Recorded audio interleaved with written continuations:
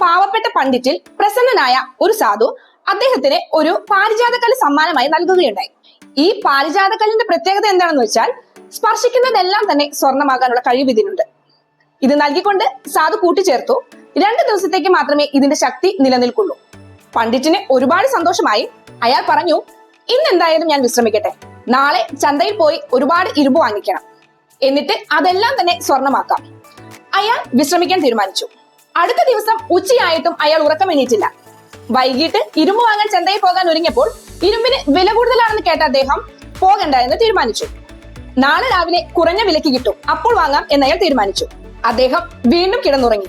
3-ാം ദിവസം ആ സാധു വരികയും കല്ല് തിരികെ ചോദിക്കുകയും ചെയ്തു. പണ്ഡിറ്റ് അക്ഷരാർത്ഥത്തിൽ ഞെട്ടിപ്പോയി. തന്റെ മടി കാരണം ഒരു തരി സ്വർണം പോലും അദ്ദേഹത്തിന് ഉണ്ടാക്കാൻ സാധിച്ചില്ല. ഭാഗ്യം കയ്യിൽ വന്നിട്ടും ദരിദ്രനായി തന്നെ അദ്ദേഹത്തിന്റെ ജീവിതം തുടർന്നു. ഓർക്കുക, സമയം ആർക്കും വേണ്ടി കാത്തു നിൽക്കുന്നില്ല. അവസരങ്ങൾ വരുമ്പോൾ മടി കാണിക്കാതെ അത് നല്ല രീതിയിൽ പ്രയോജനപ്പെടുത്തുക.